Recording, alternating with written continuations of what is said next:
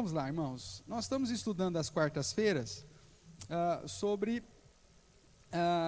ética cristã, né? E depois de já tratarmos de vários assuntos relacionados à ética, as alternativas éticas, como que o mundo enxerga, quais são as propostas éticas que o mundo apresenta e que infelizmente tem nos influenciado, né? Só relembrando rapidamente, né? Dentro dessas visões ou dessas alternativas éticas que o mundo nos apresenta, 3 delas totalmente antibíblicas. Uma delas vai dizer que, olha, não existe normas. O certo é aquilo que está no seu coração. Tudo bem? Não existe norma ética. Se você estiver bem com você mesmo, sem problema. Então, dentro dessa norma ética, Hitler não tinha crise. Na cabeça dele, ele estava bem daquele jeito, matando tudo quanto é judeu, e ele estava fazendo um benefício para a humanidade. Então, não tinha nenhum problema ético, né? Porque não existe normas. Uma segunda alternativa que o mundo nos apresenta, além dessa que não existe normas, é que o amor é a única lei. Então, se você faz por amor, está tudo certo. Agora, não importa que amor é esse. A Bíblia diz que nós devemos amar a Deus acima de todas as coisas, o nosso próximo como a nós mesmos. Mas nessa alternativa ética, o amor aqui é o seu amor próprio. É o amor egoísta. Então, se o amor é a lei universal, e eu resolvi amar um poste, e eu vou me casar com esse poste, porque eu amo aquele poste, de paixão, é o amor da minha vida, ninguém pode dizer para mim que aquilo está certo ou errado, porque eu estou fazendo aquilo por amor. Se eu quiser casar com um jaboti, não tem problema. É que vocês são limitados, não conseguem entender o amor de um homem para um jabuti. E aí então todo mundo. E aí toda forma, é aquilo que Lulu Santos canta, né? Aceitamos toda forma de amor. Porque se tem amor, está valendo. Independente se essa prática de amor é egoísta e confronta o padrão de Deus. Na visão bíblica, o amor, ele existe um padrão. E esse amor tem que ser a Deus acima de todas as coisas. Se qualquer postura minha confronta o amor a Deus, então mesmo que eu tenha amor naquilo que eu estou fazendo, já deveria deixar de lado, porque aquele amor não é um amor verdadeiro. E uma terceira alternativa que o mundo nos apresenta, e que está aí em vigor, é a questão de que os fins justificam os meios, né? Não importa como você faz, não importa, mas atingindo um objetivo comum, ótimo, já é mais do que suficiente, né? Então, isso acaba entrando dentro da visão até mesmo missiológica da igreja, né? Sobre missões. Tem gente que fala que para pregar o evangelho você tem que fazer qualquer coisa, não importa o que você faz. Se lá no fim das contas alguém foi alcançado pelo evangelho, ótimo. Não importa se você mentiu, não importa se você contrabandeou, não importa se você fez tráfico de seres humanos. Se você pregou o evangelho e dentro dessa história toda, todas essas práticas ilícitas redundou em alguém se converter, opa, está valendo. Só que o padrão bíblico diz não.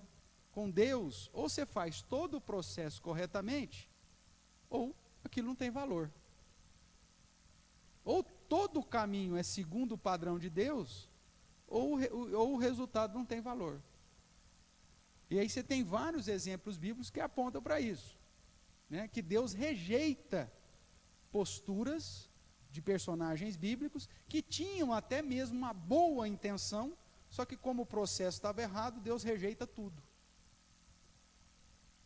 Então, irmãos, ou todo o processo está debaixo do padrão de Deus, ou não importa o resultado que você apresente, Deus vai dizer, eu não aceito. Foi assim com Caim, foi assim com Nadab e Abiú, foi assim com Uzá, né? e tantos outros. Tá? Então, veja, nem sempre a visão ética que o mundo te apresenta é uma visão bíblica. E aí, então, nós começamos a trabalhar, a desconstruir essas visões e chegamos numa possibilidade bíblica de uma situação que é general, né, uma situação genérica, onde a Bíblia apresenta sobre aquilo que é chamado de alternativa absolutista. O certo é certo, errado é errado. E quem determina o certo e o errado não é o meu coração, mas a própria revelação de Deus. E em situações de conflito ético, né, onde é difícil você tomar uma decisão do que é certo e do que é errado, por conta daquele contexto, aí existe uma outra alternativa, que a gente tem ensinado e seguido, que é o hierarquismo ético. Existe um padrão de hierarquia na aplicação da ética. Os dois grandes mandamentos já demonstram isso. Perguntaram para Jesus, qual é o grande mandamento? E Jesus falou, o primeiro, veja, há uma hierarquia. Se há o primeiro, há um segundo. E se há um segundo, então o primeiro tem prioridade. Então, o primeiro mandamento é, amarás o Senhor teu Deus, todo teu coração, todo teu alma, todo teu entendimento, acima de todas as coisas. Pá.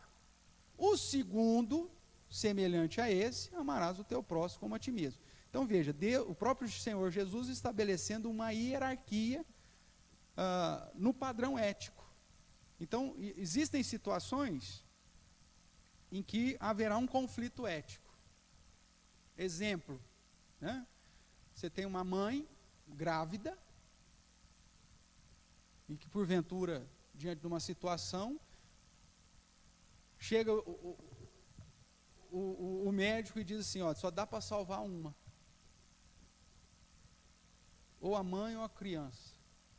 Esse é um conflito ético? Com certeza, nós gostaríamos de salvar as duas. Mas há uma situação que não nos permite isso. E agora? Quem que eu escolho? A mãe ou a criança? Aí vamos perguntar para o pai. O pai está brigado com a mulher, querendo divorciar dela, não gosta mais dela, aquela luta toda. Ele fala assim, não, eu quero meu filho. Olha só. Então não é simples jogar nas costas do pai. Ou então, o pai não quer ser pai, vai dar muito gasto aquela criança. Aí chega, não, eu quero a minha mulher. Veja, então não é simples você resolver o problema. Aí o problema você joga para o corpo médico, né? É ele que vai ter que chegar a uma conclusão. Dentro da visão bíblica, existe uma hierarquia, onde a vida adulta tem mais valor do que a vida intrauterina. Então, se não tiver possibilidade de salvar os dois, eu tiver que escolher, dentro dessa questão ética, eu sei que a mãe, já adulta, a probabilidade de continuar a vida e de ter outros filhos é muito maior. Então, aplica-se a hierarquia ética, preserva-se a vida da mãe. A criança, você não sabe nem se vai vingar. Difícil, mas são princípios hierárquicos que a palavra de Deus te apresenta para que numa situação extremada, conflitante, você tenha indícios do que fazer. Outro exemplo da hierarquia, você está, sei lá, andando na rodovia e de repente entra lá uma família de patinhos. A mamãe patinho e mais 6, 7 patinhos atrás entra na rodovia. Você está em alta velocidade, caminhão na banguela atrás de você, e aí você tem alguns milésimos de segundo para definir a minha vida, a vida da minha família que está no carro e do motorista do caminhão, ou do patinho com seus filhotinhos. Se fosse numa situação normal, você preserva o pato, não tem problema, né? E preserva a si mesmo.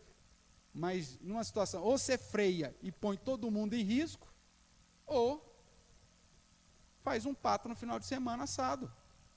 Pronto. E agora? O que você vai fazer? Existe uma hierarquia, onde você vai decidir onde a vida humana vale mais do que a vida animal. Se tiver que decidir, ó, meu amigo, continua e passa por cima do pato, fazer o quê? Agora, isso, às vezes, você tem que tomar essa decisão instantaneamente.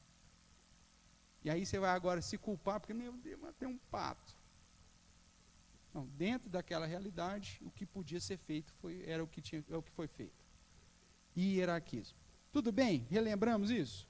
A partir daí, então, para definir essa hierarquia e para definir o padrão do absolutismo, eu preciso conhecer o padrão de Deus.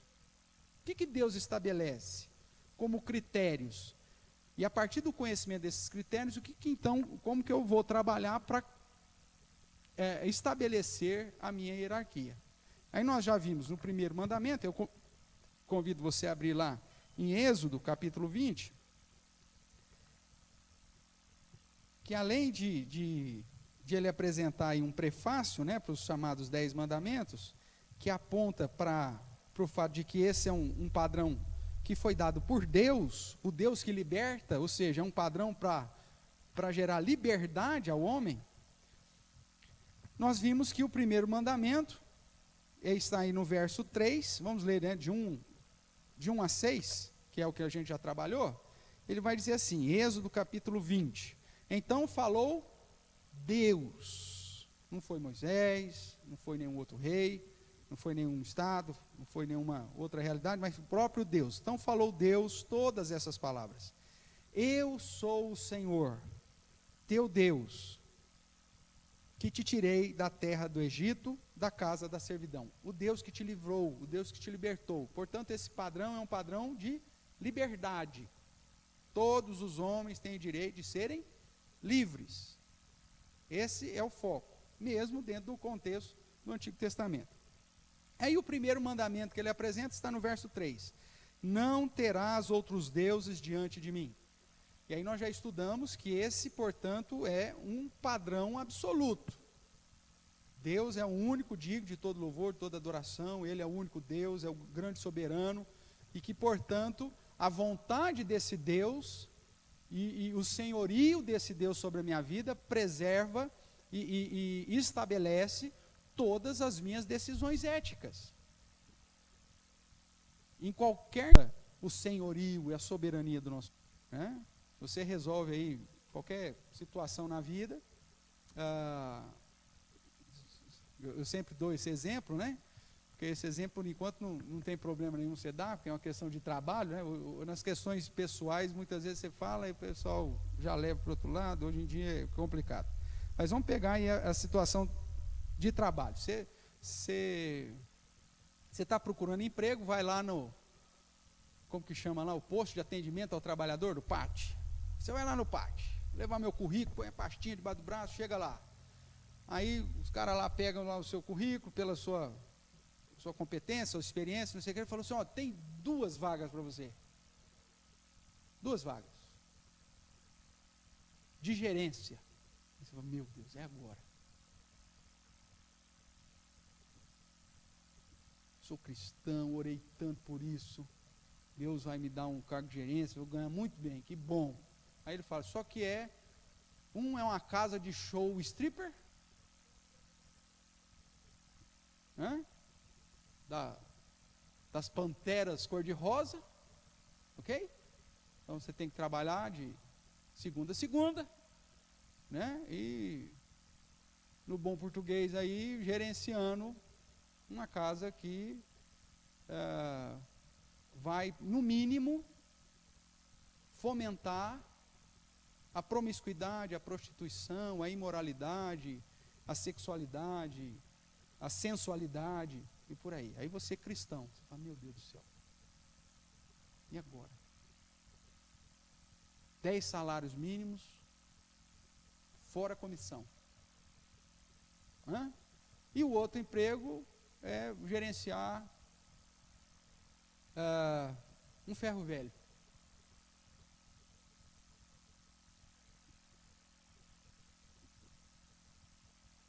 Dentro do padrão bíblico, você já sabe qual salário que você vai ganhar. O outro é só um salário mínimo.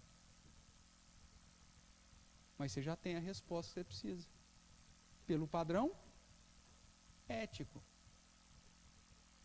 Porque se o Senhor é o único Deus da sua vida, você vai glorificá-lo. Mesmo ganhando menos. Assim deveria ser o padrão do cristianismo. Só que como nós somos influenciados muitas vezes pela vaidade, pela cobiça, pelo materialismo, a gente ainda consegue argumentos, dizer, não, mas eu vou ser luz lá. Vai. Que jeito, meu amigo, você vai ser luz lá? Você vai chegar para as moças e falar, ninguém vai dançar mais aqui. Ninguém vai usar mais a roupa sensual aqui. Tem como você fazer isso? Você não dura um dia no serviço.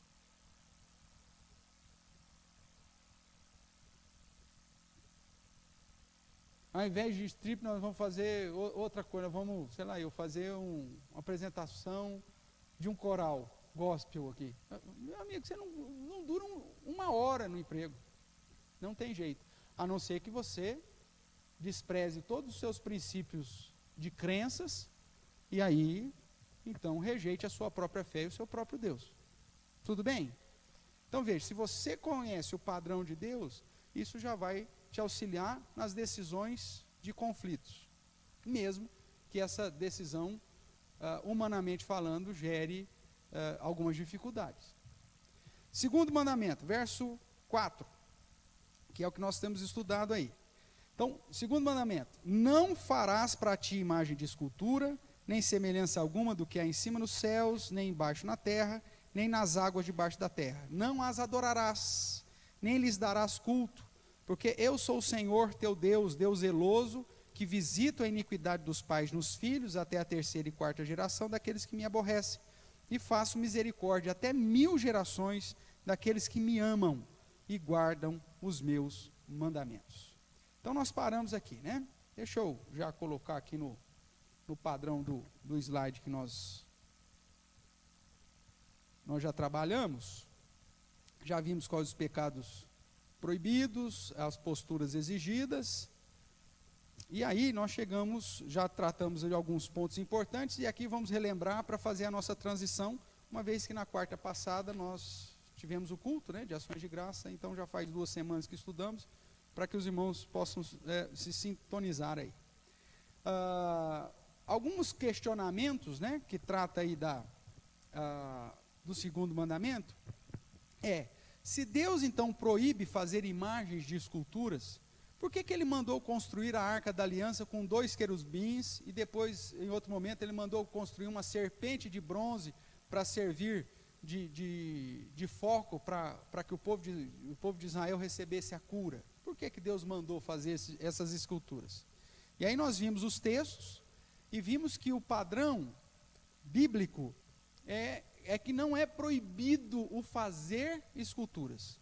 O que está proibido é fazer esculturas na perspectiva para adorá-la, de ser objeto de culto. Por isso que o segundo mandamento diz, não farás para ti imagem de escultura, não as adorarás, nem lhes dará culto. O foco do segundo mandamento é a adoração, é o culto. É a proibição de um culto idólatra ou de um culto falso. Ok? Então nós vimos aí dentro do padrão, conferindo, né, que a Bíblia, ela não proíbe fazer imagens. Ela proíbe fazer imagens com fins culticos e para qualquer tipo de adoração ou veneração. Por exemplo, essa plantinha que está aqui é fake, né? O pessoal da internet não está vendo aí, mas muito linda por sinal, né? Muito bem feita, perfeitinha, parece uma rosa natural, mas é plástico. Então, alguém fez isso. Isso aqui é uma imagem, porque não é natural. É a imagem de uma rosa, é a imagem de uma roseira. Se o segundo mandamento estivesse proibindo simplesmente fazer imagem de qualquer coisa que exista, então isso aqui já seria uma abominação. Mas o foco não é o fato de fazer imagem, É fazer imagem na perspectiva litúrgica, de adoração. Se amanhã depois alguém começar a ajoelhar e começar a adorar esse negócio, a gente quebra e põe fogo. Como aconteceu com a serpente de bronze, Neurustra, acho que é o nome que deram. Quando o povo começou a adorar, aí o rei vai lá e manda destruir, porque ela se tornou um objeto de culto. Ok? Então, dentro da igreja evangélica, geralmente você não tem nenhum tipo de imagem. Mas até, acho que semana retrasada, pergunta, pastor, quando você vai numa igreja, tem lá um vitral com uma imagem desenhada, tarará, ou sei lá você chega lá na igreja e tem alguma outra objeto decorativo. Meu amigo, isso não é o proibido. O proibido é colocar isso como foco de adoração. Então você tem, por exemplo, dentro do catolicismo, não só as imagens, que é alvo de veneração e adoração, como você tem objetos. Você pega o Corpus Christi, por exemplo, que é a imagem da hóstia consagrada, né? Que é um tipo, quem nunca foi católico, talvez só para se sintonizar, parece um sol, né? E aquele objeto se torna alvo de adoração, porque representa o corpo de Cristo, segundo o padrão deles, dentro da doutrina da transubstanciação. E aí então aquilo é adorado. Inclusive faz procissão, todo mundo marcha atrás daquele negócio, né? Como objeto venerável e de adoração. Isso é proibido. Agora, seria somente isso? Não. Quando você coloca qualquer criatura como alvo de adoração, você já está quebrando o segundo mandamento. Então, por isso que dentro da igreja evangélica, ou reformada, dentro de um princípio protestante, você não tem culto para nenhum tipo de pessoa, nem viva nem morta. Então, a missa de sétimo dia, né, que você tem dentro do romanismo, de 1 ano, de 10 anos, sei lá eu quanto tempo, é quebra do segundo mandamento, porque o culto é somente a Deus. Nada pode substituir o culto a Deus. Mas quando você vem, por exemplo, é muito comum, algumas igrejas, o culto do bebê. É um perigo, porque às vezes você está adorando o bebê. E tem a entrada do bebê, traz os bebês, faz igual o Rei Leão, levanta o bebê. Você perde o foco. Ou quando faz o culto, não sei quantos anos, do ministério do pastor. Aí canta a música para o pastor, lê poesia para o pastor. Peraí, quem que é o alvo desse culto? Deixou de ser Deus e passou a ser a figura do pastor. Isso é quebra do segundo mandamento. Vamos lá.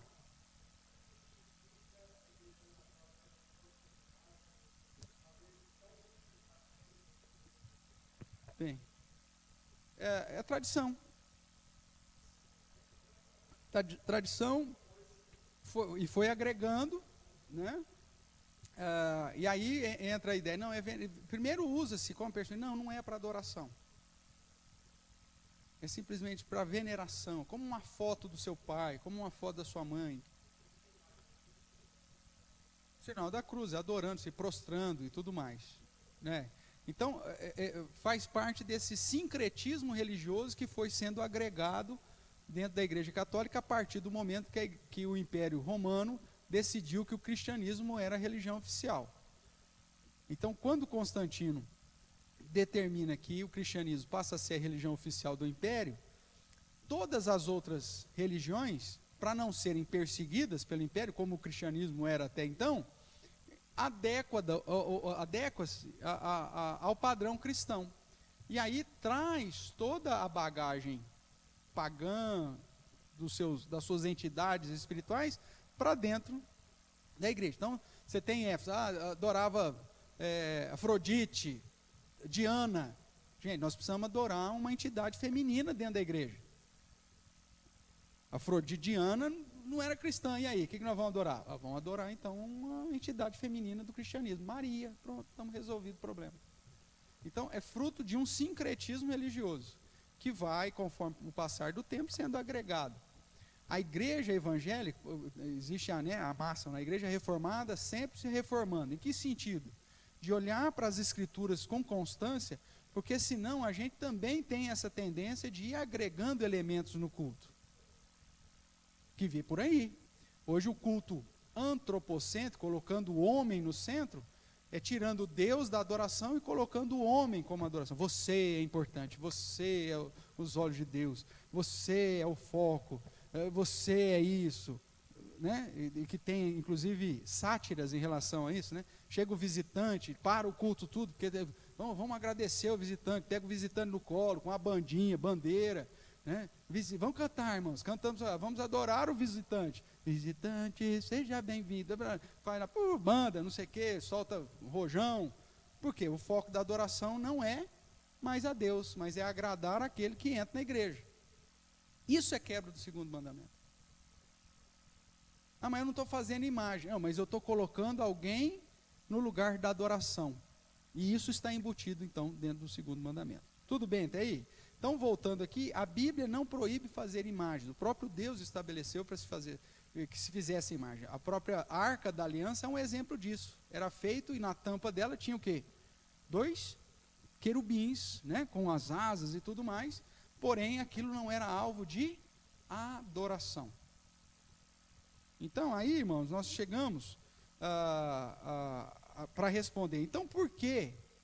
O que proíbe, então, o segundo mandamento?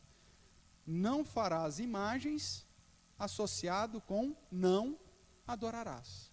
Eu não posso colocar absolutamente nada criado, né? Seja no céu, na terra, alguma coisa em cima dos céus, nem embaixo da terra, nem nas águas debaixo da terra. Eu não posso colocar absolutamente nada e nenhum objeto específico no lugar de Deus para receber culto ou adoração. Qualquer coisa que substituir Deus na adoração, aí já caracteriza a quebra do segundo mandamento. Então, o mandamento, ele precisa ser entendido desse modo completo.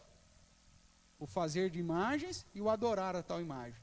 O tirar Deus da adoração e adorar qualquer outra coisa que não seja o próprio Deus. O proibido, portanto, é adorar qualquer tipo de imagem, de qualquer âmbito da criação, em cima do céu, abaixo da terra, abaixo das águas e por aí vai. Então, o motivo é simples. Foco no primeiro mandamento. Não há outro Deus. Deus é o único Deus. Só há um único Deus. O Senhor. O restante é fruto da invenção do coração pecaminoso do próprio homem. Quando ele diz no primeiro mandamento, não terás outros deuses, não é que existam outros deuses, mas é que o próprio homem produz os seus deuses. E o foco é ter o Senhor como único Senhor. Então, em resumo, o segundo mandamento, ele não proíbe apenas o serviço aos deuses errados, criados segundo a mente e o coração do homem, mas proíbe o serviço litúrgico, religioso errado ao Deus verdadeiro. Se o foco da minha adoração não é Deus no centro, mesmo que seja feita em nome de Deus, é quebra do segundo mandamento. Por isso que hoje, dentro das igrejas que são ditas evangélicas, onde o centro da adoração não é o Senhor, as pessoas não vêm adorar a Deus, elas vêm assistir o culto. Elas não vêm prestar culto, elas vêm assistir, porque aquilo é uma apresentação. O foco vai estar no pregador, o foco vai estar no testemunho não sei de quem, o foco vai estar na apresentação não sei de quem, na oportunidade não sei de quem, porque o culto não é pensado para agradar a Deus, o culto é pensado para agradar o espectador. Isso já é quebra do segundo mandamento. Porque quando se trata de adoração, não basta ter boa intenção no coração. Você tem que fazer de acordo com o próprio Deus estabeleceu.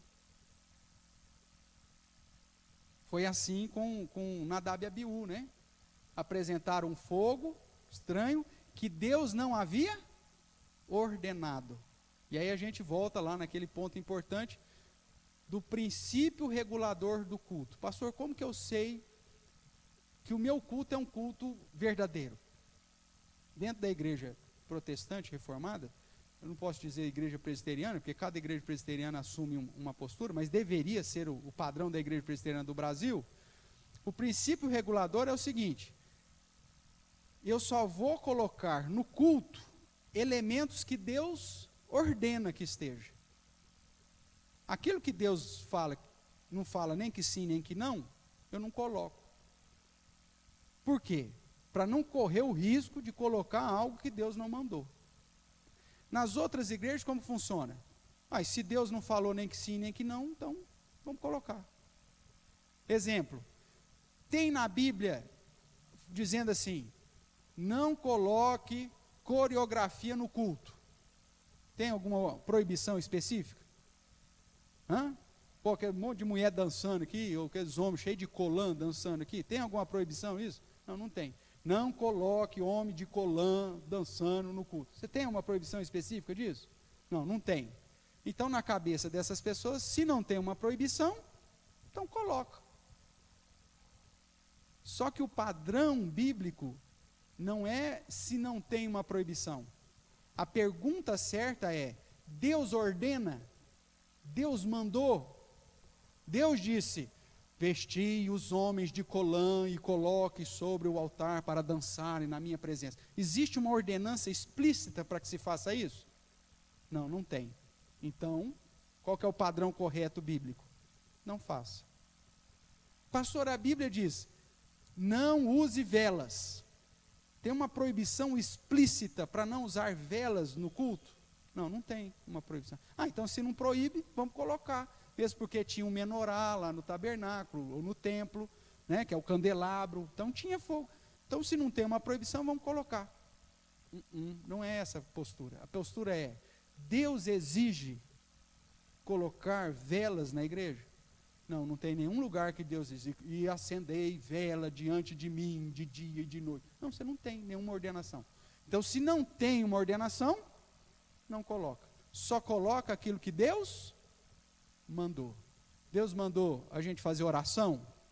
Mandou. Então vai ter oração no culto. Deus mandou adorá-lo com hinos e cânticos espirituais? Sim. Então nós vamos colocar isso no culto. Deus mandou que a sua palavra fosse pregada e que houvesse instrução de uns para com os outros? Sim, mandou. Então vamos colocar esse negócio também, porque Deus mandou. Agora, aquilo que Deus não mandou, a gente não coloca. Agora, obviamente que existem circunstâncias. A Bíblia diz que tem que ter adoração. Agora, pastor, nós vamos adorar com a equipe de louvor? Ou nós vamos adorar só no gogó?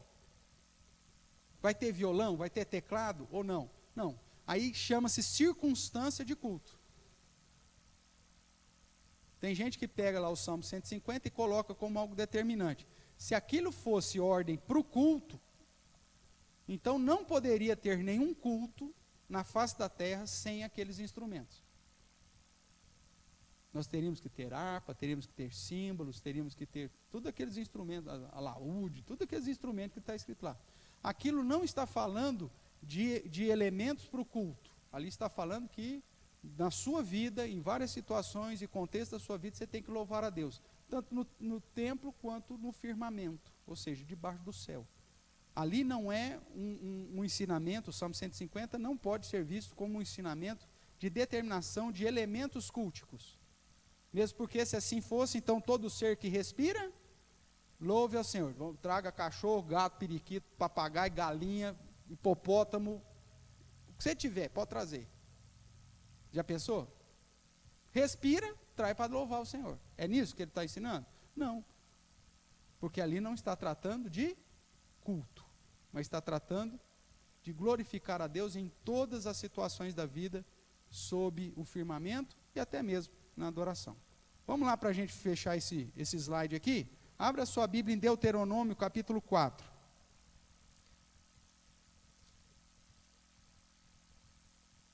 Alguma dúvida até aqui, irmãos? Tudo tranquilo? Então você chega lá num culto,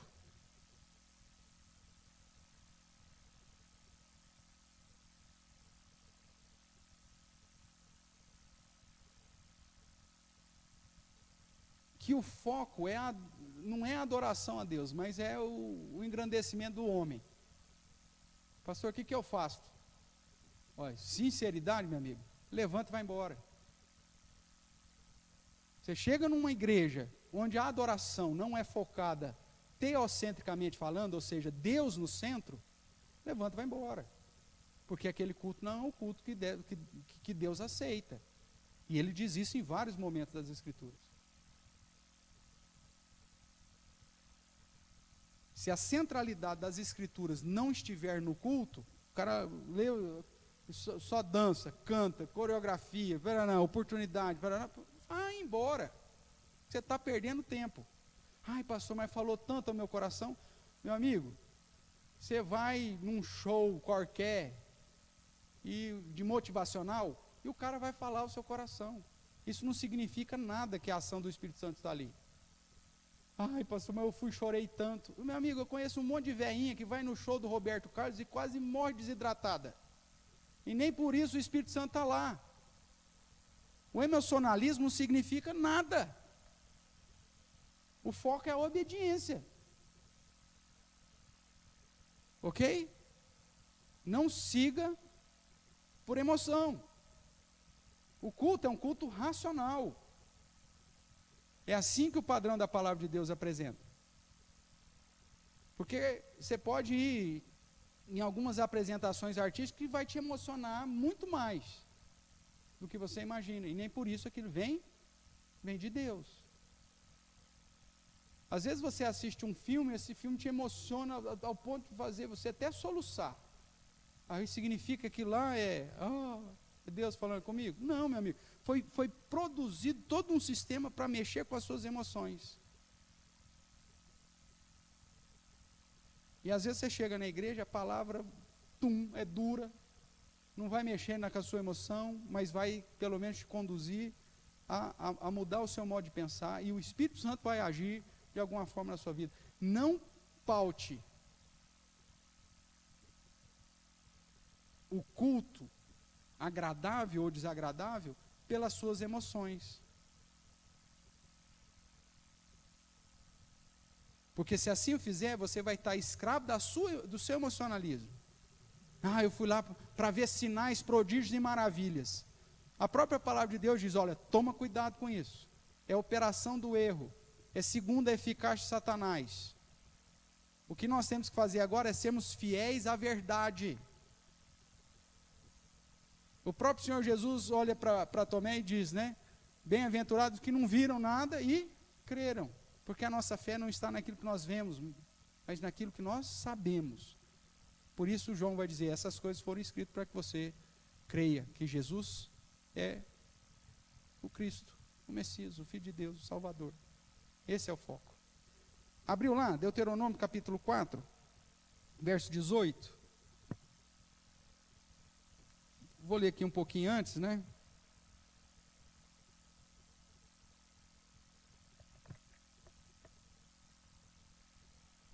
Vou ler a partir do 15.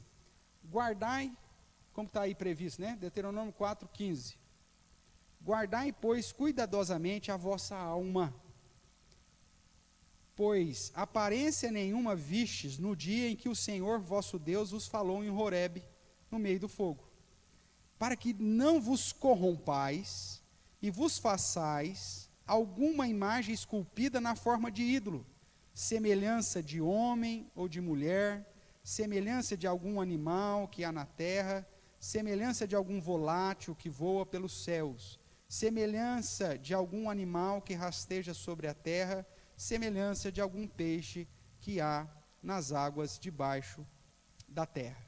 Veja, ele chama atenção para aquela experiência da manifestação de Deus em Horebe, dizendo, olha, vocês não viram imagem nenhuma de Deus. Então, não vá tentar representar Deus com um objeto a ser adorado, porque não tem. Deus não tem imagem nenhuma.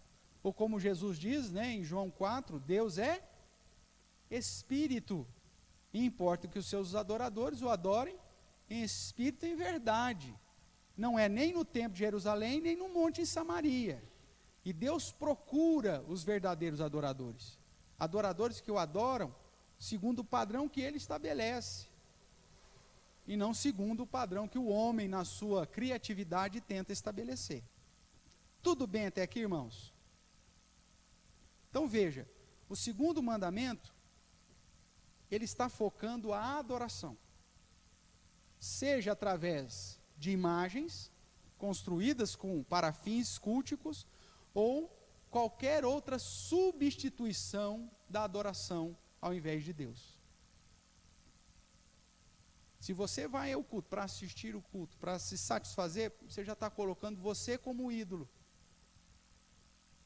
E o seu culto não será aceito. Qualquer outro objeto que não seja Deus e a sua palavra como centro da adoração, já se tornou a quebra do segundo mandamento. Tudo bem? Então vamos caminhar mais um pouco aqui. Pastor, então o uso de representações gráficas fere o princípio bíblico e o segundo mandamento? Eu posso ter uma revista de escola dominical que tem uma representação gráfica de Jesus?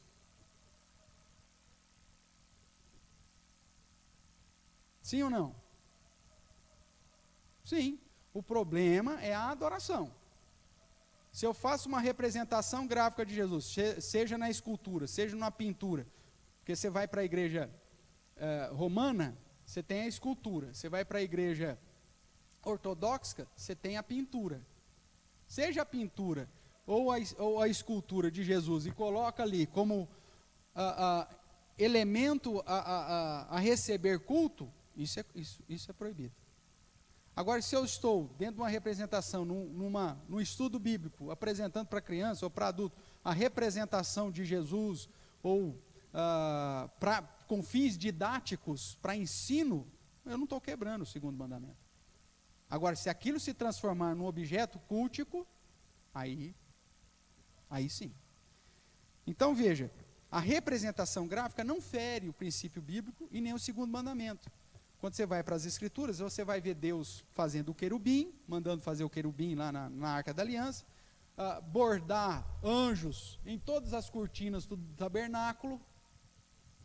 Você tinha representações gráficas dos seres celestes. E nem por isso você está quebrando o segundo mandamento. Quando nós olhamos para a construção do tabernáculo, o próprio Deus manda que a representação gráfica de querubins fossem feitas nas cortinas. Dá uma olhadinha comigo aqui em Êxodo 26.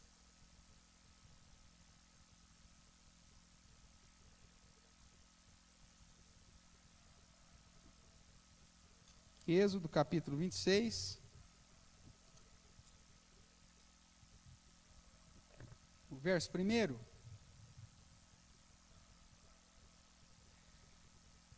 Farás o tabernáculo que terá 10 cortinas de linho retorcido, estofa azul, púrpura e carmesim, com querubins. As farás de obra de artista. Então era para fazer as cortinas, fiozinho, tudo lá, as cores azul escuro, o próximo do púrpura, né, que é sei lá, um roxo lá, um púrpura, alguma coisa assim, e o vermelho. E com representações de querubins. Desenhos, obra de quem? Obra de artista. Então, todo o tabernáculo feito de cortinas tinha representação de anjos, de querubins. Agora, as pessoas iam adorar esses querubins? Não. É só uma representação. Então a representação não é pecado. O pecado é você fazer qualquer outra coisa e colocar como alvo de adoração. Então veja, Deus mesmo mandou fazer essas representações, agora não para fins de adoração, mas para demonstrar aos adoradores que aquele ambiente se tratava de um lugar santo, indicando o que acontece diante do trono celeste de Deus, muito bem descrito lá em Isaías 6, onde os querubins, cada um com 6 asas, duas tampavam o rosto, duas tampavam os pés e com duas voavam. E dia e noite diante do Senhor diziam, santo, santo, santo. Lembra? Então era simplesmente para representar um ambiente de adoração. Porque isso é o que acontece diante do tabernáculo celeste, onde os anjos, os querubins estão constantemente adorando ao Senhor. Agora, era para adorar as cortinas? Não. Era só uma representação. Tudo bem? Então vamos lá. Olhando para o nosso catecismo maior, na pergunta de número 110, nós chegamos assim. Então, quais são as razões anexas ao segundo mandamento para lhe dar maior força? Que razões anexas são essas? Volte lá para Êxodo capítulo 20. Esse negócio da adoração é tão sério que Deus coloca algumas razões anexas para que você obedeça. E ao mesmo tempo, nessas razões anexas, ele coloca benefícios para a obediência e consequências para a desobediência. Tudo bem? Vamos ver? Êxodo capítulo 20, a partir do verso 5, então diz: não as adorarás, não lhes darás culto, porque eu sou o Senhor teu Deus, Deus zeloso, vírgula. Veja a questão anexa. Que visito a iniquidade dos pais nos filhos até a terceira e quarta geração daqueles que me aborrecem. Veja, o contexto aqui é de adoração, irmãos. Eu não posso pegar isso aqui e aplicar de um modo geral. O que Deus está falando é o seguinte: se na adoração você não for fiel na adoração, se você adorar participar de qualquer culto idólatra, ou abominável, ou colocar qualquer coisa no lugar de Deus na adoração, Deus vai falar: eu vou pesar a mão na sua cabeça. E não só na sua, como também da sua descendência, até a terceira e quarta geração. Porém, se você adorar ao Senhor como convém, ele diz: eu faço misericórdias até 1000 gerações daqueles que me amam e guardam os meus mandamentos. Aqueles que me adoram em espírito e em verdade, aqueles que me adoram corretamente, eu vou derramar da minha misericórdia sobre esses. Daqueles que preservam, que lutam, que zelam pela manutenção do culto. Deus diz: olha, eu vou abençoar aqueles que adoram e que ensinam a adoração corretamente. Não só sobre a sua vida, mas sobre 1000 gerações. Agora, se você conduzir o povo numa adoração errada, até terceira e quarta geração eu vou pesar a mão na sua cabeça. E são vários exemplos no Antigo Testamento, dos sacerdotes em especial, das famílias de sacerdotes, que quando o sacerdote conduzia o povo errado, Deus vinha e destruía o cara e a geração dele. Enquanto aqueles que zelavam fielmente pela manutenção do culto, Deus fala: a sua família vai estar sempre na minha presença. Eu não vou lembrar agora de cabeça o local específico, né? Então, mas você tem um caso em que um vai lá e mata aquele que estava fazendo a abominação, inclusive se prostituindo com uma mulher estrangeira. Você talvez vai se lembrar desse texto. Deus olha para ele e fala assim: ó, meu amigo, pelo seu zelo eu vou te abençoar, e a sua geração, a sua descendência sempre estará diante de mim. Olha só, o cara tinha matado o abominável lá, o cara de abominação, junto com a estrangeira que ele estava coabitando. Inclusive matou os dois, ferindo os dois pelo ventre, olha lá, com a lança. Mas você fala: nossa, que Deus louco é esse? É um Deus zeloso, irmãos, e que cumpre a sua palavra. Aqueles que estão manchando todo o padrão de adoração, da adoração correta, do culto, vão receber a justa punição, porque Deus vai, como ele diz aqui, visitar a iniquidade dos pais nos filhos até a terceira e quarta geração. O foco é a adoração. Isso não tem nada a ver com maldição hereditária. A família de Eli, os meninos lá, que eram filhos de Belial, diz o texto, né? E que Eli, mesmo sendo exortado por Samuel, não chama a atenção dos filhos como deveria. O cara cai da cadeira, quebra o pescoço e morre, depois que ficou sabendo que os meninos tinham morrido também na guerra. É Deus visitando a iniquidade dos pais. Por quê? Porque o texto é claro em dizer que os filhos de Eli estavam fazendo abominação no culto. Levavam as meninas lá no Santo dos Santos, para fazer orgia com a meninada. Eram corruptos na hora da manutenção dos dízimos e das ofertas. Enfiava lá o garfão no caldeirão de oferta. E aí Deus aplica, visita a iniquidade desses caras e dos filhos deles. Você tem o profeta Amós, né, o boeiro, que se levanta contra o sumo sacerdote, né, e aí Deus vem e aplica sobre o sacerdote e os seus descendentes a pena de morte. Então, é nesse sentido que essa razão anexa faz sentido, que é a adoração, a preservação do culto, ser guardião do culto. É algo sério, irmãos. É algo extremamente importante que Deus diz que vai aplicar. Quando você vai para Malaquias, né, onde tem uma palavra dura contra os sacerdotes, e Deus diz que vai envergonhar esses sacerdotes, vai amaldiçoá-los. Por quê? Porque eles estavam permitindo que o povo adorasse a Deus, não segundo o padrão de Deus, mas segundo o próprio coração. Irmãos, nós precisamos de uma igreja fiel liturgicamente, que zela pelo culto voltado tão somente para glorificar e exaltar ao Senhor. E a nossa geração tem vendido o culto fiel, tem terceirizado o culto fiel. Você tem, por exemplo, dentro da Igreja Presbiteriana do Brasil, o pastor, como presbítero docente, sendo o guardião do culto, a liturgia dele. Por que é dele? Porque se ele pisar na bola, é ele que vai levar a bordoada e a descendência dele. E o que os pastores hoje fazem? Terceirizam a adoração. Os conselhos das igrejas é que determinam o que vai se fazer no culto e deixar de fazer no culto. Isso é uma abominação. O presbítero regente foi chamado para ser presbítero regente. Vai cuidar da administração, meu amigo. Vai resolver o problema dos extintores, do alvará que não tem, da lâmpada, da conta de água, de luz, da zeladoria da igreja. Deixe a responsabilidade litúrgica e cultica com aquele que foi chamado para isso. Pastor, minha filha vai cantar no domingo.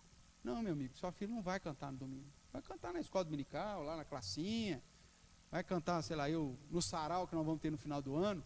Mas no culto ela não vai cantar. Não, ela vai fazer uma apresentaçãozinha. Nós vamos pôr as criancinhas tudo de ovelhinha. E eles vão ficar lá, né, bé, lá. Não vai fazer isso não, meu amigo. Porque a liturgia é minha.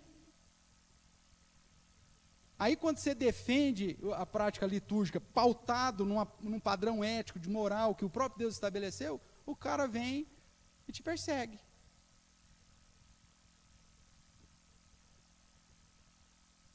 Aí põe a regente do coral, que vai lá com o colã dela lá para dirigir o coralzinho de criança lá, rebola, mais que a Gretchen. Uma busanfa desse tamanho.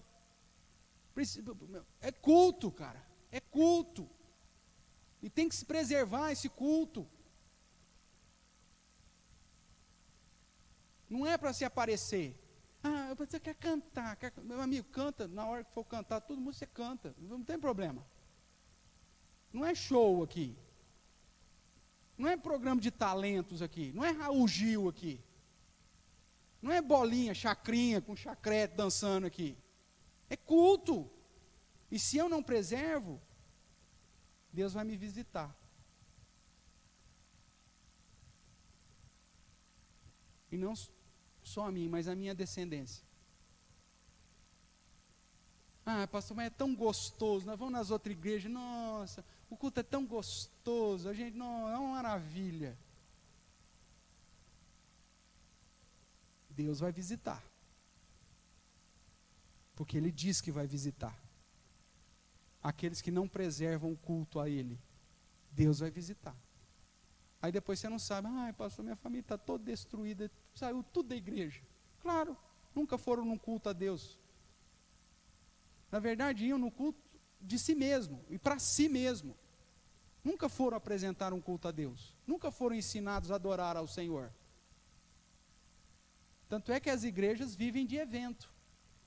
é pastor itinerante, é cantor dando testemunho, é irmão que morreu já 7 vezes, que vem dar o testemunho, outro que já foi para o inferno 13 vezes, e que conhece todo mundo lá, e que voltou. Isso é culto? Não, meu amigo, isso é evento.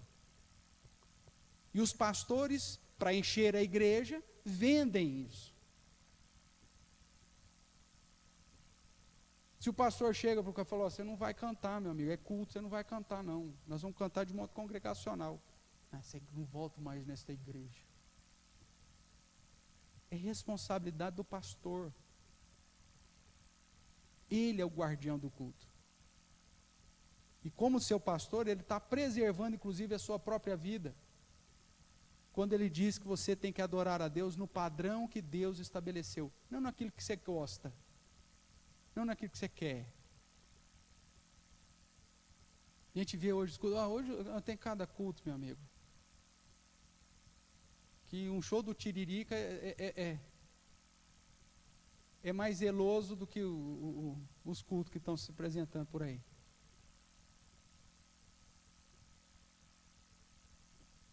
Faz um desfile, né, dos homens.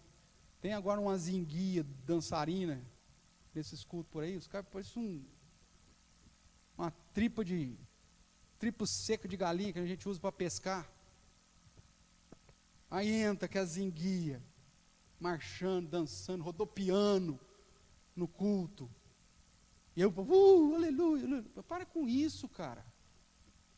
Não é segundo o padrão que você quer, que você trouxe lá do baile funk, que vai colocar dentro da igreja, rodopiando, parecendo igual aquele outro lá, né, o Michael Jackson, chuta o sapato.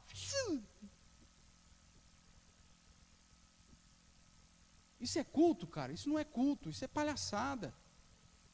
É nesse sentido que Deus fala, eu visito a iniquidade, aqueles que não me amam, aqueles que não guardam os meus mandamentos. O negócio é sério, meu amigo. Quando você vem adorar ao Senhor, você tinha que pensar, como diz Salomão, você tinha que pensar 2 vezes antes de entrar.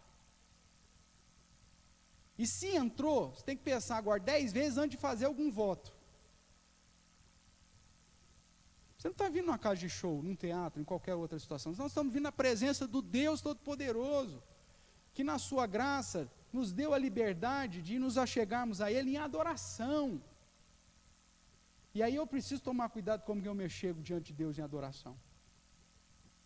A minha vestimenta, a minha postura de vida, a disposição do meu coração.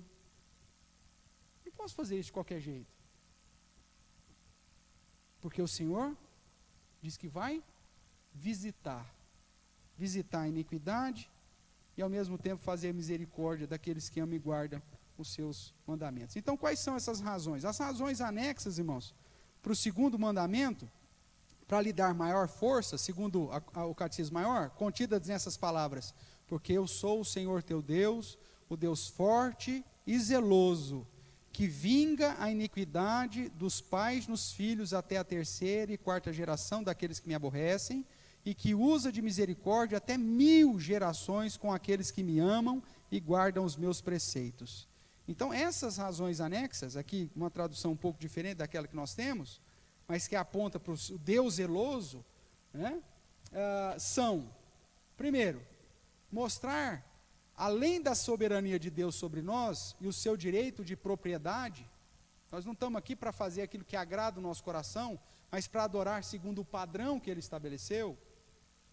O que mais? Além de demonstrar o zelo fervoroso pelo seu culto e a indignação vingadora contra o culto falso, considerando uma apostasia religiosa, tendo por inimigos os violadores deste mandamento e ameaçando puni-los até diversas gerações, até a 4ª geração, e ao mesmo tempo tendo por amigos os que guardam os seus mandamentos, prometendo-lhes a misericórdia até muitas ou 1000 gerações. Por que Deus põe esse adendo? Esse adendo, irmãos, serve para mostrar quão importante é a prática litúrgica, o culto a Deus. Não é qualquer coisa, não é brincadeira. Nós não podemos fazer disso um instrumento ou um mecanismo para satisfação pessoal. Tem culto que você vai, que você perde mais caloria do que numa sessão de crossfit. De tanto que pula, trenzinho, e roda, e chacode, e grita, e balbucia, e ri, faz xixi na calça. Tem tudo quanto é tipo de abominação nesse mundo, meu irmão. E eles chamam tudo isso de culto. Não é culto. É uma abominação. E Deus diz que vai visitá-los. Só que não é uma visita para abençoar. É uma visita para punir. Eu não sei quanto a você, mas quantas e quantas histórias eu conheço de pastores que durante anos a fio menosprezaram o culto verdadeiro a Deus e que eu já vi padecerem com as famílias destruídas porque não foram fiéis ao Deus verdadeiro.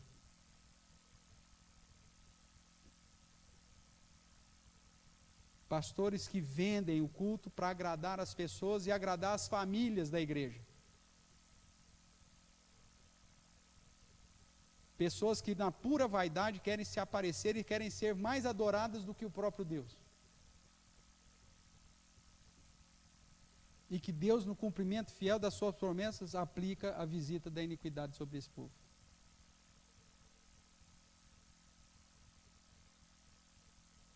Irmãos, nosso Deus é um Deus grandioso.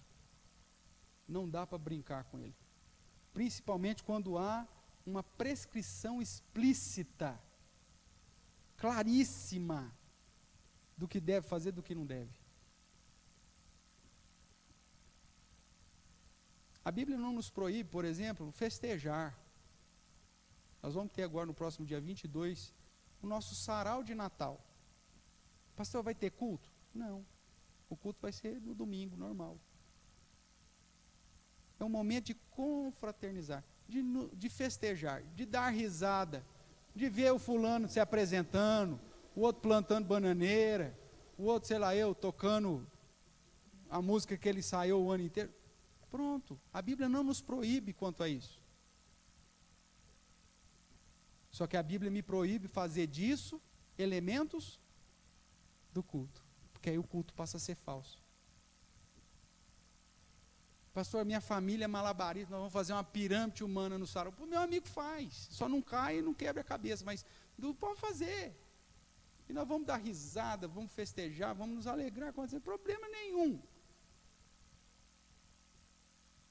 O povo de Israel, você tem registros, vários momentos de festividades deles. Agora, no momento de culto, meu amigo, aí não tinha brincadeira, não. O padrão era o que Deus havia estabelecido. Ah, mas eu não tenho que glorificar a Deus todas as coisas? Tem, meu amigo, mas na Bíblia existe uma distinção clara. Culto solene é um padrão, e reunião do povo de Deus, para a glória de Deus, é outra coisa. Obviamente que no sarau nós não vamos fazer nada ilícito. Mas como não é culto, nós vamos nos alegrar e nos festejar. Sem problema nenhum.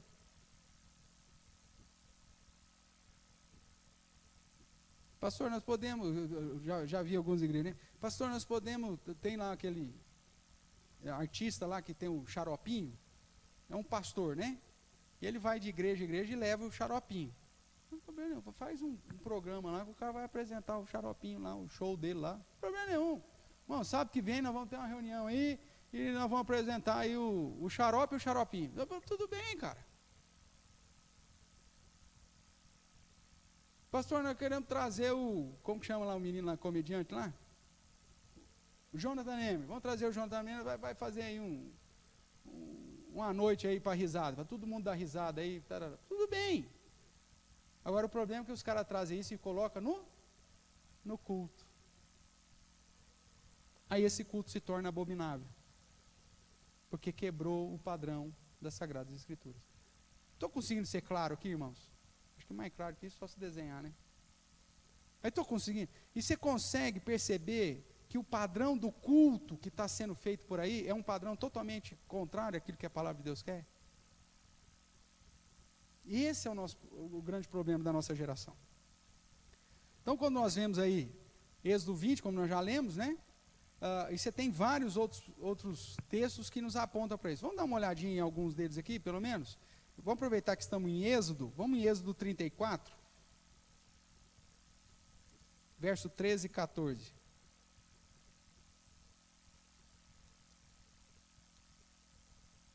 Êxodo capítulo 34, verso 13 e verso 14.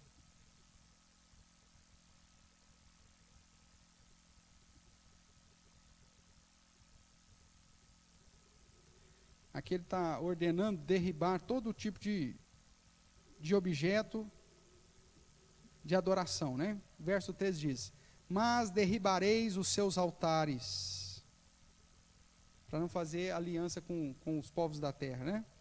Para não adorar. Então, mas derribareis os seus altares, quebrareis as suas colunas, e cortareis os seus postes ídolos, porque não adorarás outro Deus, pois o nome do Senhor é zeloso. Sim, Deus zeloso é Ele. Então, aqui o contexto, o povo vai chegar, tem os moradores da terra que vão ser preservados, só que a ideia é o seguinte: você não vai se adequar ao culto deles. Você não vai agregar o padrão cultico deles. Mas você vai quebrar tudo que for contrário à palavra de Deus. Porque o seu padrão é ser fiel e zeloso ao Deus zeloso. Esse é um problema que nós temos dentro do padrão missiológico, que era uma crítica que eu fazia dentro de um contexto missiológico, em especial no continente africano. O missionário chega e, para atrair as pessoas para a igreja, ao invés dela apresentar o padrão bíblico, ela começa a fazer um culto segundo o padrão cultural. Substitui alguns elementos, mas faz a mesma coisa que o cara está acostumado a fazer lá para o Deus dele. O cara fazia o gri-gri dele, que é a macumbinha dele lá, e punha lá no alto da casinha dele lá, cheio de osso de urubu, osso de águia, consagrado às entidades dele. Aí começava a chegar o pastor, começava a igreja, o que o cara fazia? Pegava o osso de urubu, de águia, ou de frango, seja lá do que for, tirava lá a trouxinha lá que ele consagrou, a cumba, que é a entidade, né, deles lá, e punha uma cruz agora, o ossinho em forma de cruz. O que esse cara fez? Esse cara se converteu? Não. Você produziu um sincretismo religioso. Aí fala, esse cara agora é tudo cristão, ó, tá? Agora tem tudo cruzinho em cima das casas, mas com os ossos do urubu, com o osso da águia, é o mesmo gri-gri, só que agora com um símbolo cristão. Isso é mudança de vida? Não, não é. Ele só acha que Jesus é uma entidade mais forte do que a cumba, do que qualquer outra entidade que eles adoravam lá. E o missionário achava que com isso ele estava tendo um avanço. Não, ele só estava auxiliando o sincretismo religioso. O padrão litúrgico de adoração que a Bíblia apresenta era deixado de lado. E ele falou, não, é a questão, a manifestação cultural. Meu amigo, mas a mesma manifestação cultural que agora os ditos crentes africanos estão trazendo para dentro da igreja, é o mesmo padrão cultural que ele continua fazendo na magia negra, no voodoo. Só que agora usando a Bíblia, agora usando os símbolos cristãos. Isso é evangelizar? Isso é fazer discípulo? Para mim não era.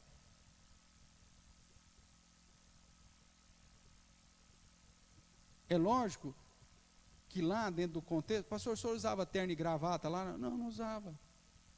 Quando eu cheguei, dependendo da igreja que eu ia até de gravata. Mas na plantação da igreja presbiteriana de Sítio Badame, eu ia de toguinha lá, igual eles usavam no dia a dia. Porque isso não é um padrão litúrgico que a Bíblia diz, o pastor tem que usar terno e gravata. Não está escrito isso aqui, não tem. É uma circunstância. Dentro do contexto brasileiro, se estabeleceu que é uma maneira, uma vestimenta zelosa, uma vestimenta que aponta respeito e tudo mesmo. Mas lá na África não. Então tudo bem. Agora, o padrão teocêntrico do culto tinha que ser. Do estabelecimento dos elementos que a palavra de Deus trazia, tem que ser. Mas aí, com isso, você tinha que mudar e ensinar que o padrão cultural para o culto tem que ser segundo a Bíblia. E você está mudando a cultura. Não, não estou, meu amigo, porque ele vai continuar fazendo as festividades dele lá dentro do padrão cultural dele, sem problema nenhum. Só que ele vai entender que aquele padrão lá cultural, que não tem nenhuma religiosidade naquele padrão, não pode ser simplesmente estabelecido num culto que Deus determinou. Por amor ao outro. Pastor, as mulheres ficavam com seios de fora, em todas as atividades. Então, agora vamos trazer para o culto isso?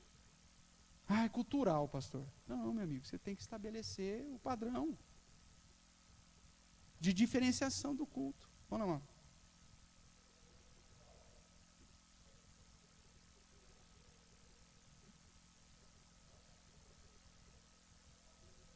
Pode tirar. Isso.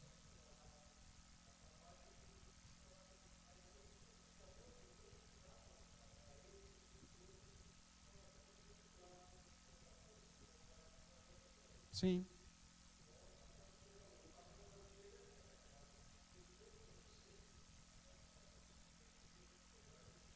Sim.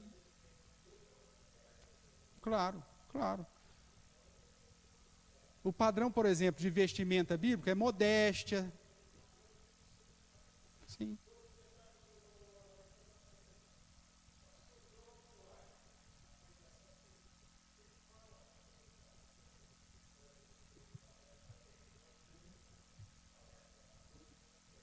Isso é bom, importante dizer.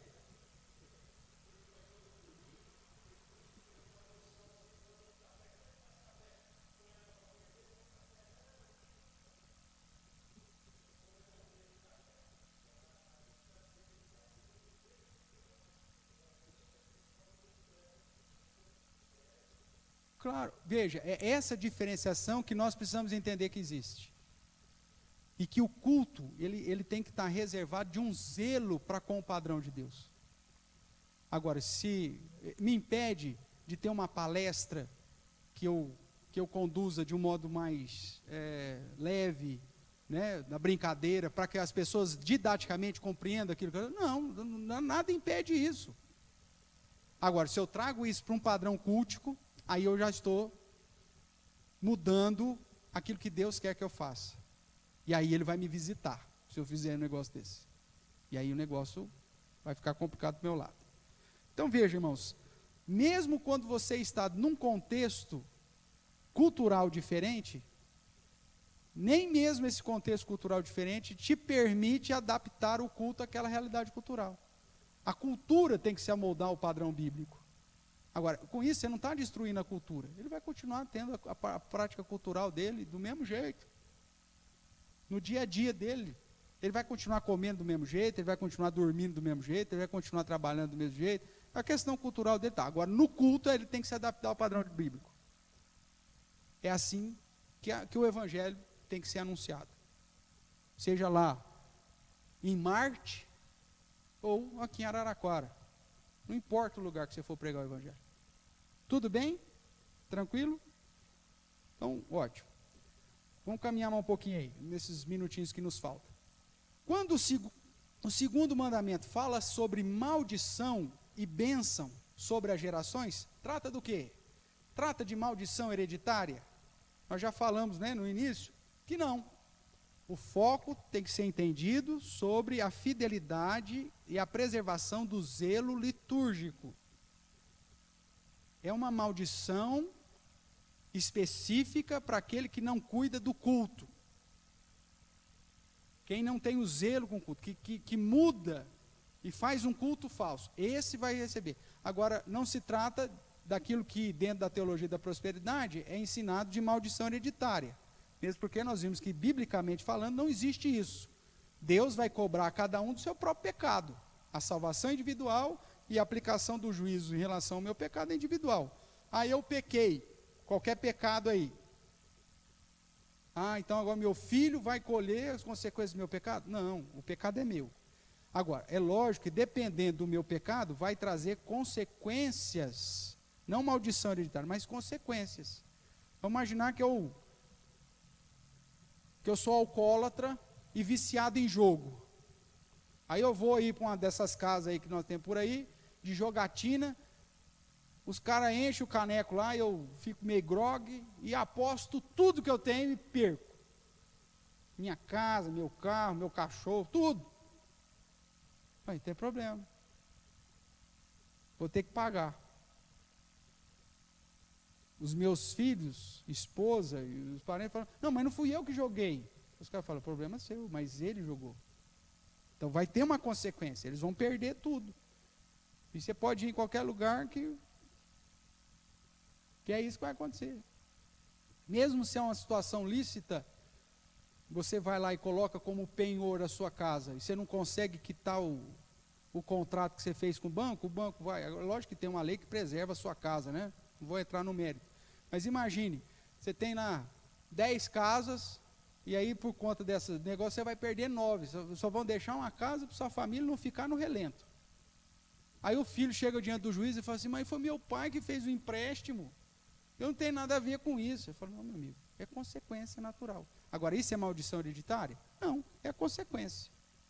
Então, consequência vai ter dos seus atos. Um exemplo, a gente sabe que o INSS é um trem problemático, complicado, difícil, não sei o quê, mas pelo menos é uma garantia, meu amigo. Não, vamos para previdência privada. Eu sou de uma geração que viu vários bancos quebrarem. O tempo passa, o tempo voa, e o labirinto nem existe mais. Lembra? Continua numa boa, todo mundo investindo na previdência privada lá, nem existe mais. Comide, Finasa, quem mais? Não? Delfim, veja, deu fim. Então veja, querendo ou não, por mais, a previdência ainda você tem a miséria lá que ele vai te dar, mas você tem a miséria. Aí eu nunca paguei esse negócio. Eu acho que eu não vou ficar velho, né? Ou então não acho que eu vou morrer, né? Aí eu morro. Nunca pagou. Aí eu deixo a viúva e os filhos sem nada. Ah, maldição hereditária. Não, meu amigo. Foi irresponsabilidade, véio. E é uma consequência da sua irresponsabilidade. Mas acontece. Está aí cheio de histórias nesse sentido. Então, maldição hereditária, não existe padrão bíblico para apoiar isso. Agora, quando se trata da adoração, você tem um anexo que diz que Deus vai te vingar. E se você for fiel, diz que Deus vai te abençoar. Preservando a sua vida, preservando os seus filhos, abençoando, agindo com misericórdia sobre 1000 gerações. Veja que há uma equiparação. A aplicação da maldição de Deus até 4ª geração. A aplicação da misericórdia de Deus, 1000. Mostrando logo a inclinação de Deus em querer te abençoar. Mas para isso você tem que guardar os seus mandamentos. Amá-lo e guardar os seus mandamentos. No sentido do quê? Da adoração. Da fidelidade de adoração. Então a vida litúrgica, a vida de prática religiosa, do estar na adoração, consagrando a Deus, estando na igreja, adorando ao Senhor, apresentando-lhe o culto que lhe é devido, é instrumento de bênção para você e para suas gerações. Agora, o culto verdadeiro, porque você vem adorar a si mesmo ou qualquer outra coisa que não seja o Deus verdadeiro, então, prepara o lombo para a visita da iniquidade, não para a visita da misericórdia. Tudo bem? E aí você tem, para provar que a maldição hereditária não existe, Ezequiel 18, é um texto clássico sobre isso, e dá uma olhadinha comigo lá em João, capítulo 9. E a gente já está caminhando aí para o final dessa parte, tá bom, irmãos? Evangelho de João, capítulo 9, diz assim os versos 1 a 3. Que é o caso do cego de nascença, né? Caminhando, Jesus viu um homem cego de nascença, e os seus discípulos perguntaram: Mestre, quem pecou? Este ou seus pais, para que nascesse cego? Havia uma crença cultural de que o bebê podia pecar dentro do ventre. E que se ele pecasse, ele nasceria com defeito, né? Como uma consequência do seu pecado. Resolveu chutar a costela da mãe lá só por birra, né? E aí, olha só, malvada essa criança. Então, já recebia a consequência do seu próprio pecado. E nascia com defeito, ou nascia não sei o quê. Havia essa crença. Não era o padrão bíblico. Porque, na verdade, todos nós estamos sujeitos a nascer com dificuldades, porque é uma consequência natural do pecado que herdamos de Adão.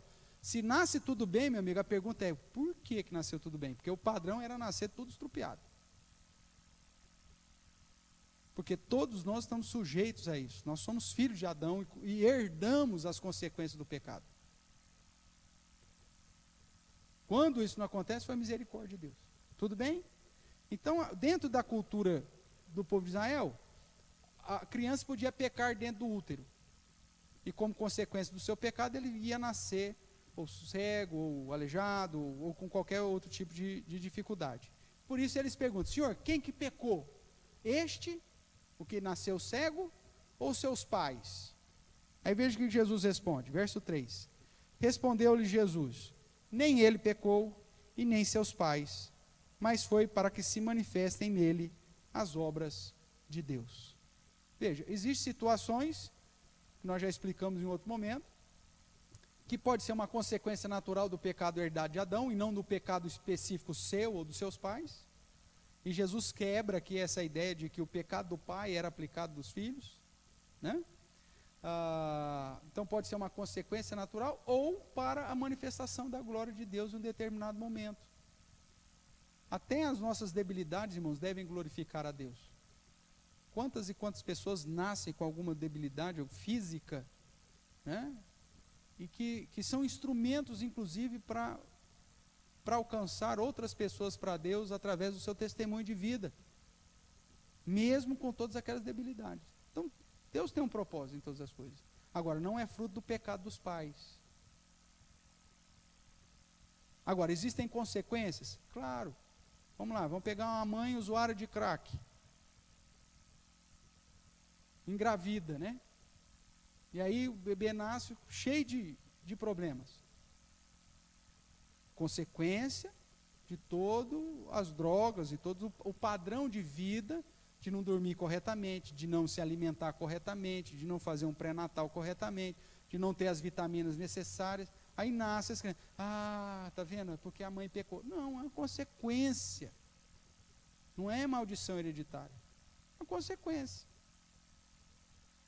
Então, cuidado para não jogar na conta do pecado do pai ou no pecado do filho, coisas que não necessariamente estão relacionadas a isso. Então, quando ele diz sobre bênção, maldição sobre as gerações, ele não está tratando de maldição hereditária, mas de uma consequência sobre aquele que zela ou não zela pela prática de adoração ao culto verdadeiro, culto a Deus apenas. Tudo bem? Então não há uma distinção entre a condenação individual e a consequência familiar. Há uma distinção entre, não há uma distinção entre salvação individual, consequência coletiva sequencial na família. Cada um é responsável pela sua atitude, apesar de que as minhas atitudes podem gerar uma consequência na minha família. Como um exemplo, eu perdi tudo, ou de um vício que eu tenho, ou de uma situação que eu vivi que traz problema. Mas imagina, o cara, um irresponsável, vive andando bêbado para lá e para cá. Aí, festa de fim de ano, resolveu ir na casa do cunhado.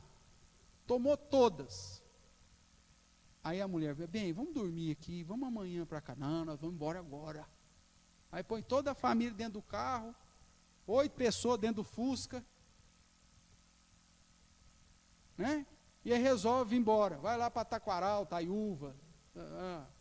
Aí chega, pum, bate o carro, mata todo mundo. Maldição hereditária. Não, meu amigo, burrice mesmo. Irresponsabilidade mesmo. Que trouxe uma consequência, mas não tem nada a ver de maldição nesse troço. Tudo bem? Vamos lá. O texto então de Ezequiel 18, afirma que Deus trata individualmente com cada um. O pecado do meu pai não trará condenação eterna sobre mim, porém, não me isenta das consequências naturais. Na verdade, o texto enfatiza a grande misericórdia de Deus. Nós já lemos Ezequiel 18 aqui, por isso que eu não estou fazendo a leitura lá, é um texto relativamente longo. Veja o contraste entre, aqui em Êxodo 20, entre a quarta geração e até 1000 gerações. O propósito de Deus é sempre para nos abençoar, irmãos. O desejo de Deus é sempre estender mão de misericórdia.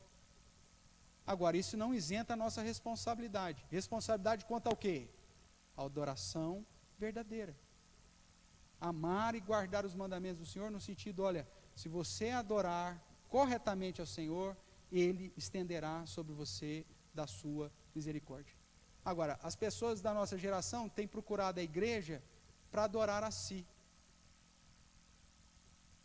Uma vez eles perguntaram assim, pastor, o senhor tem dó dessas pessoas que vão nas igrejas neopentecostais, vem de carro, vem de casa, e vai lá dar todo o dinheiro para a igreja, e depois perde tudo? O senhor tem dó dessa turma?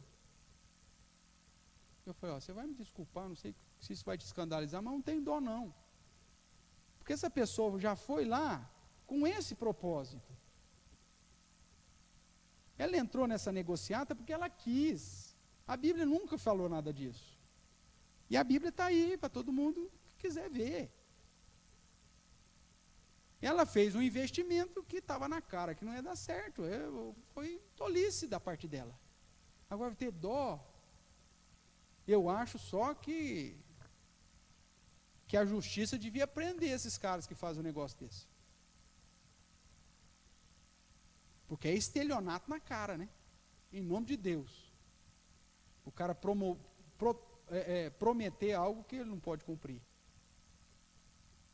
Agora, o cara que fez, ninguém pôs um espingarda na cabeça dele para fazer.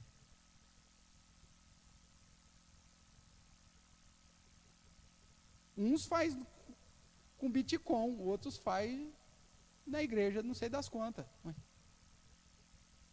Mas cada um é responsável pela sua atitude. Aí fala, maldição hereditária. Nada, meu amigo, foi falta de conhecimento. Errais porque não conheceis a palavra. E aí faz besteira. O outro fator aqui é que o pecado de idolatria é que está em jogo. Ou seja, não ter o Senhor como único Deus e dividir a sua glória com outro, ou com outrem. Nesse caso, há uma maldição por abandonar ao Senhor até que a geração volte para Deus. A tendência é que quando você ensina o culto errado para os seus filhos, eles mantenham a prática da adoração errada. Até a graça e a misericórdia de Deus resgatar esse povo de volta. E enquanto isso não acontece, essa geração vai colher os frutos da falta de zelo. Até que num determinado momento, Deus rompe isso e traz alguém para si.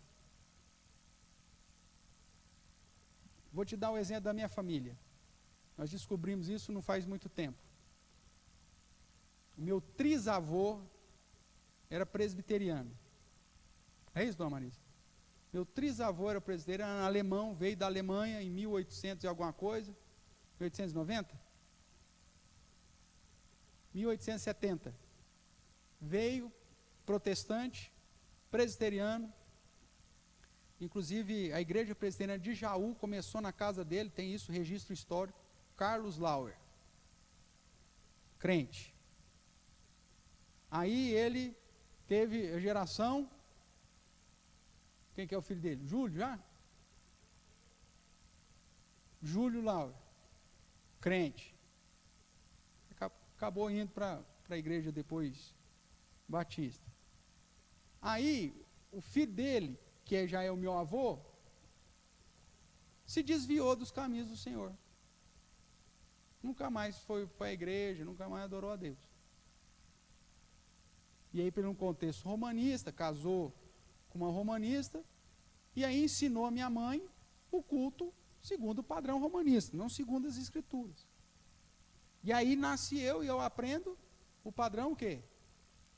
Das escrituras.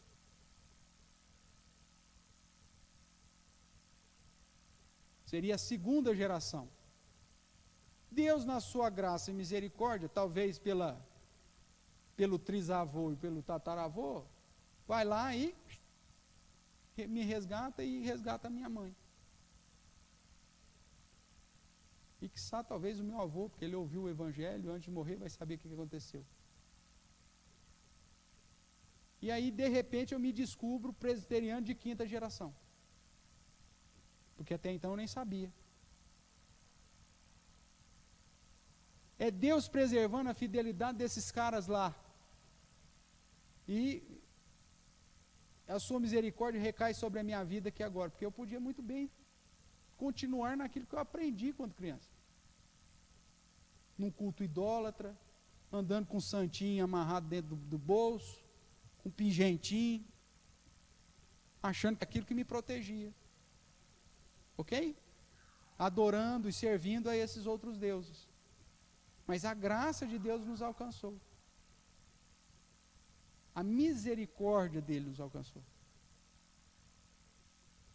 E aí, dentro dessa bondade e misericórdia de Deus, eu posso ensinar os meus filhos a adorar ao Senhor dentro do padrão bíblico. E se eles guardarem, Deus vai nos abençoar por 1000 gerações. Agora, se eles se desviarem, aí eles vão ser visitados com a iniquidade do Senhor. Tudo bem? Então, Deus, Ele vai preservando os seus com o passar do tempo. E a misericórdia dEle prevalece. E é por isso que Ele, então, resgata os seus. Para a gente terminar, sei que vai passar um pouquinho aí, eu vou pedir, infelizmente, Gabriel, para não passar na transmissão, porque senão o YouTube vai derrubar a gente de novo, como já fez em outro tempo. Eu vou passar só aqui, e vou pedir para você, deixa eu ver aqui, cadê? Acho que é o 12.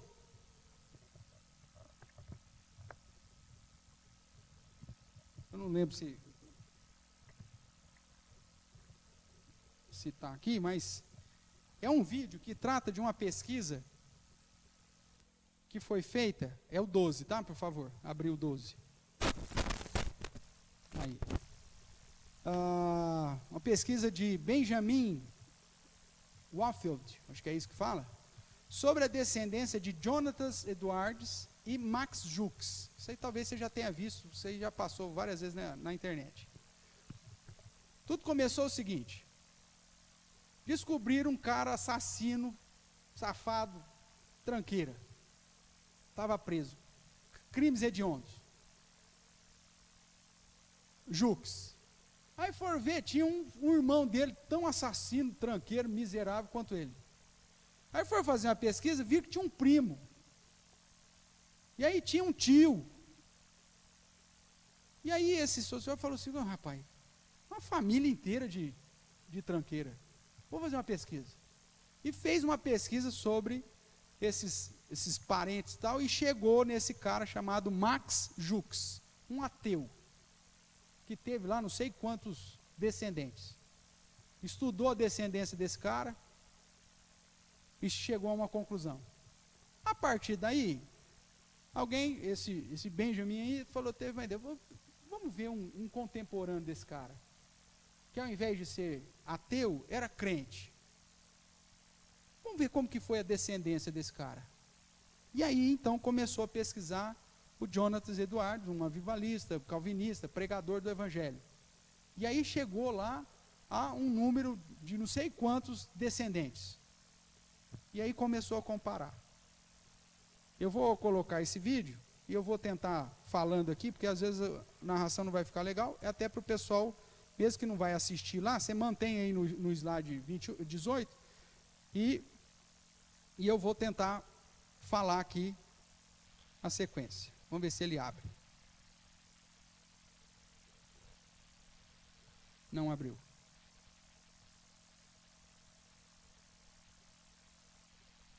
Abriu. Abre lá o som do... Tirou o mute do 12.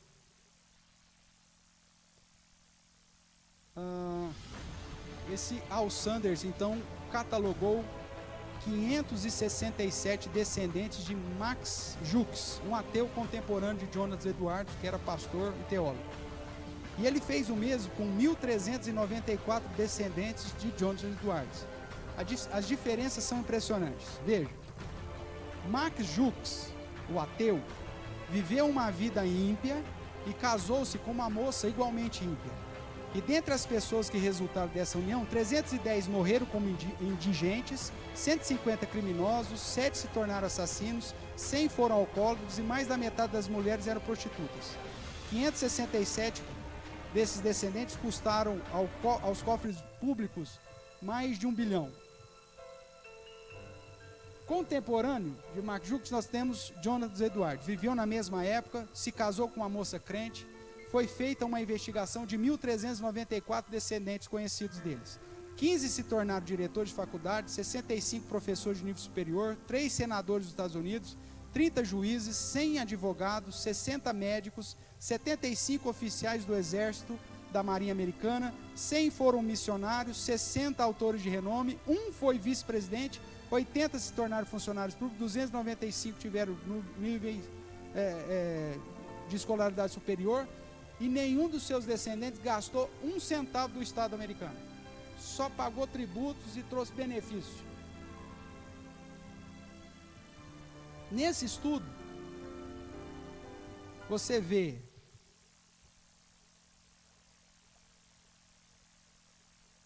a aplicação prática de alguém que amou o Senhor e guardou seus mandamentos, com adoração, ensinando a sua descendência sobre a adoração e o culto verdadeiro, e alguém que desprezou a Deus e os seus mandamentos e colheu as consequências disso. Não se trata de maldição hereditária, mas do ensino e da aplicação da promessa do anexo de Deus. Eu quero fechar então a nossa aula mostrando que aquilo que Deus promete em sua palavra, irmãos, Ele vai aplicar.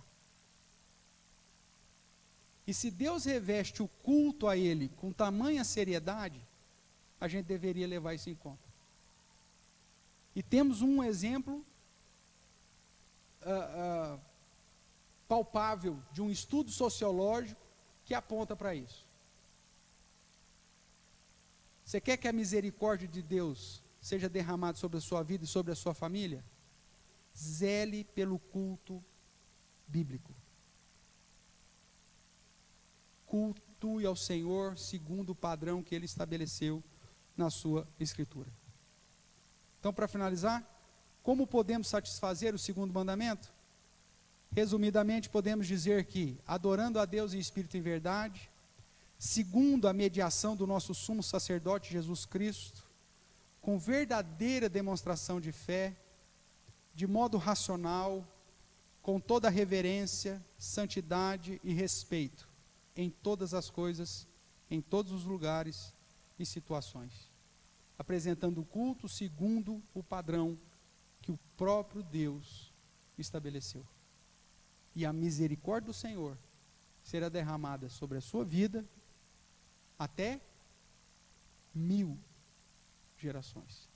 Que Deus assim nos abençoe e que possamos ser pessoas fiéis a Deus e a sua palavra, em especial ao culto verdadeiro, colocando Deus como o único ser a ser adorado, num culto onde Deus de fato é o centro e a sua palavra é aquilo que nos ensina como devemos portar na presença dele. Amém? Alguma pergunta, irmãos? Então, para finalizar, deixa eu só dar uma olhadinha aqui no nosso chat. Algumas perguntas, vamos ver aqui. Pastor, para que fim se coloca uma imagem de Cristo na casa? A maioria na perspectiva de proteção, né, Heloísa? Nós não precisamos disso. A palavra do Senhor diz que o Espírito Santo de Deus habita no coração do convertido. Então, eu não preciso da imagem dele para beneficiar a minha casa. Tárcio, é proibido cantata de Natal nas igrejas, já que o Natal está se aproximando? Não é proibido cantata de Natal na igreja. Agora, o proibido é colocar a cantata como substituto do culto. Porque aí é uma apresentação. Não tem problema você fazer uma cantata de apresentação. Pode fazer a cantata, põe luz, gelo seco, põe Jesus, o anjo, descendo de rapel. Não tem problema nenhum, meu amigo. Só que é uma apresentação. Terminou, bate palma, subia. Não tem problema nenhum. É uma apresentação. E o templo, meu amigo, não é consagrado. Não existe isso. O templo de Jerusalém já era. A reunião aqui do culto, no espaço, pode ser debaixo de uma mangueira ou pode ser nesse lugar. Isso aqui se torna sacro no momento que nós nos reunimos para apresentar a Deus um culto solene. Aí eu chamo sua atenção, irmãos, vamos iniciar o nosso culto solene. Pronto. Acabou. Mas a cantata, sem problema. Agora, o que as igrejas fazem? O pastor fica o mês de dezembro inteiro sem pregar, meu amigo. Põe cantata das crianças, cantata dos adolescentes, cantata dos jovens, cantata do grupo, não sei de quem, apresentação do grupo, não sei das quantas. E você fica um mês sem culto, só tendo cantata. Isso é abominação. Isso é quebra do segundo mandamento. Isso é ridículo dentro da igreja presbiteriana do Brasil. Ah, mas eu conheço tanta igreja que faz isso. Deus vai visitar esse pastor que está negociando, terceirizando o culto. Você pode ter certeza. Esse negócio não vai acabar bem. O que mais? O Lucas já respondeu aqui, né? Roberto, o Roberto Júnior, pois, aqui no YouTube esse vídeo se chama Descendência do Justo versus Descendência do Ímpio, se eu não me engano, é isso mesmo. Aí depois, quem não assistiu aí pelo YouTube, dá uma pesquisada lá, mas eu li aqui o que trata. Tem vários, na verdade, vídeos nesse sentido. Tá bom?